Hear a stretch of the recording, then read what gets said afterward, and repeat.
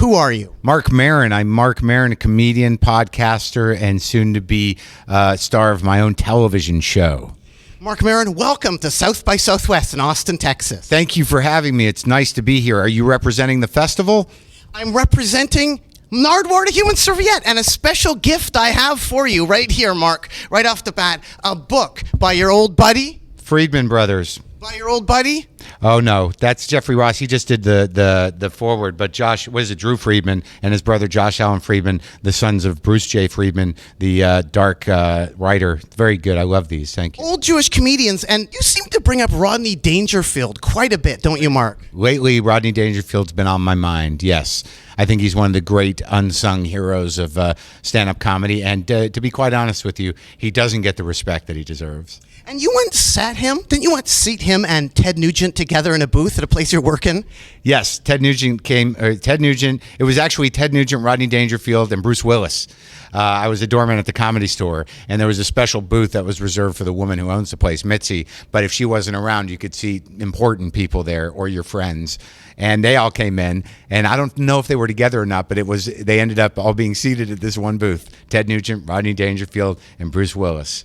What's really interesting is Rodney Dangerfield and Mel Brooks are both rap pioneers. They're both rap pioneers. That's true. I don't know if I'd call them pioneers, but they were definitely early old Jewish purveyors of the rap form. And when I'm thinking rap, like the real rap, and I have a gift for you, Mark, right here, Rodney Rappin'. Yep, Rappin' Rodney. I actually have this. And, like if you think about it, his pace and the way he tells jokes, I think it's, it works. It works. It's 1983, too. That's early in the rap scene. Yes, I don't know if he gets the credibility as a rapper that he deserves, but he was on the pulse, Rodney was, at probably 70 years old. Now, the other amazing old school rapper, Mel Brooks, with the Hitler rap. Also from 1983. Yeah, I have this on the new Mel Brooks box set. It shows it. Again, I don't know if they were condescending the form or just utilizing the form, but I think that both of them did an interesting thing with the form. And you were obsessed with Hitler's face, weren't you?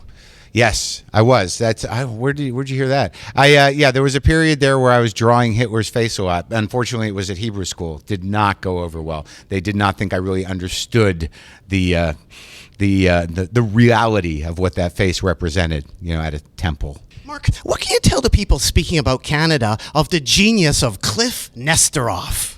Cliff Nesteroff is one of my favorite writers on show business. I'm a big champion of Cliff Nesteroff. There's actually, I just got an email from Cliff Nesteroff. I don't think anybody really captures the tone with the same obsessive need for accuracy and passion of a certain dark side of show business. I think he definitely does something that no one's really done before, and I like that. And this is a record, actually, that I got from Cliff. Check this out. This is a Cliff Nesteroffian record.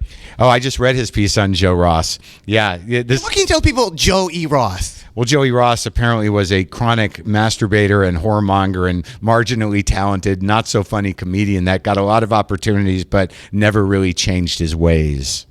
I love in the Carl Reiner interview, you gave a warning, didn't you?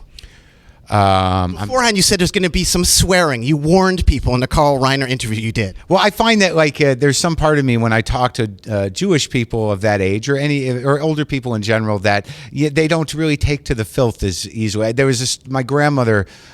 Sadly, when I did my first HBO half hour, apparently, I called her to see how she liked it, and she said, "You're so filthy." And I didn't realize that she had gathered many of her older women friends to watch her grandson, and I must have said "fuck" 12 times in the first 30 seconds, and I put her through that. So there's some residual effect of that comes out with older people. What's so weird about it is Carl Reiner himself swore twice during the podcast. No, wasn't that thrilling? And because I gave the warning, it made it much more impactful. I lucked out on that one. 2010. 13. That's this year. I never understood this record because this is the 2,000-year-old man. I still don't really know why they called it 2013. But I have this record as well.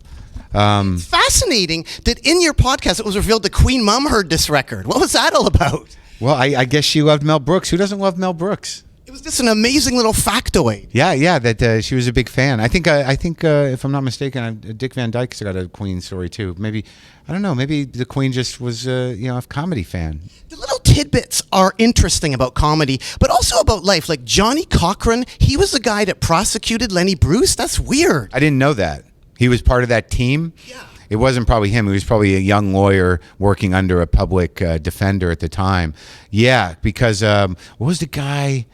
Garbus, the famous guy that did the work on the freedom of speech. Yeah, well, that is interesting. I didn't know that. And I thought, well, here's some records maybe that you don't have. This Lenny Bruce promo. Yeah, I like this. This is great. A promo record. Yeah, I think I know some of these bits. Yeah, some of these are classics. Yeah, Religions Inc., How to Relax Your Colored Friends at Parties. Yeah, these are good. Because you're into the tubes. You're into the collector scum part. Like, you want the promo record as well, right? You like the promo, too, Like, right? I'm not an insane collector. I don't, I'm not a guy that goes, how much is this worth? I just like having good, clean records.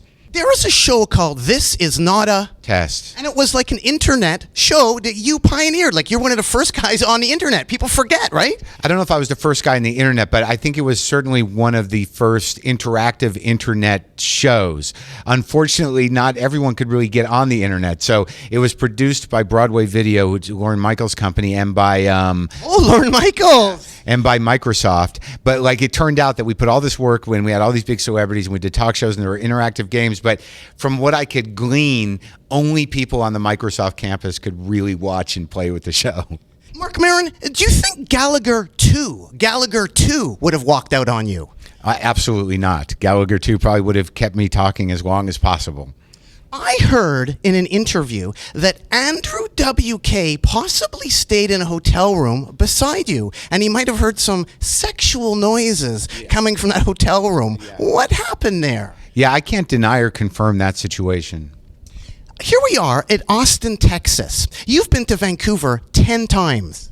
Yeah, is that right? Quite a few, isn't it? It feels like it was probably 5 or 6 times at least. And one of the first times you were there was on a CBC show called The Debaters. Do you remember that? The Debaters. Doing The Debaters, yeah. The original name for that show was The Master Debaters. Oh, well, I'm glad they changed it. Well, I wish they didn't, because you love the masturbation jokes, don't you? Sure. Oh, I get your pun. I'm very not quick with the puns. So I brought you a gift. Here it is, the Muhammad Ali Cassius Clay record. Finally, I have this. Thank you so much. Have you been looking for this one? Not at all. Oh, you haven't? Okay, I was hoping that you were. Do you only collect Muhammad Ali records? Is that why, not Cassius Clay records? Mm-hmm. Yeah, well, this is before the big change. This is a pre-Muslim Muhammad Ali. Marc Maron, is shitting your pants a good endorsement for coffee? You wouldn't think so, but yeah, I changed their entire business with that slogan. It's amazing that you get away with that. Should I say get away with that, or now they come to you? They want you to say more shit stuff. I mean, the truth of the matter was they don't really pay me a lot as a sponsor, and I carried them over from another show that they were supportive enough. You know, they were the only sponsor I had on an internet show. And when I did the podcast, I said, well, you guys want to come along because, you know, you guys helped us out. And it was a loyalty thing, and I just made that up. And they weren't comfortable with it at first, but, you know, I think to this day, I'm their biggest, you know, they sell more, they do more internet sales because of me than any other blend of coffee. Marc Maron, lastly here, who do you think is the Styx of stand-up comedy? That's, yeah, I don't know. Like, because Styx were okay, but they were, you know, a little over the top and, you know, kind of glammy, and, you know, very well orchestrated and popular. I don't know. You'd have to. I can't come up with something right away. How about the Striper of comedy? Could you think of anybody who's the Striper of comedy? Maybe Jim Florentine. I think he'd like to be that. And Marc Maron, could you give a shout out to Tom Sharpling for setting up this interview? Why'd you do this, Tom? Well, thanks much, Marc Maron. Keep on rocking in the free world and do-do-do-do. Will do.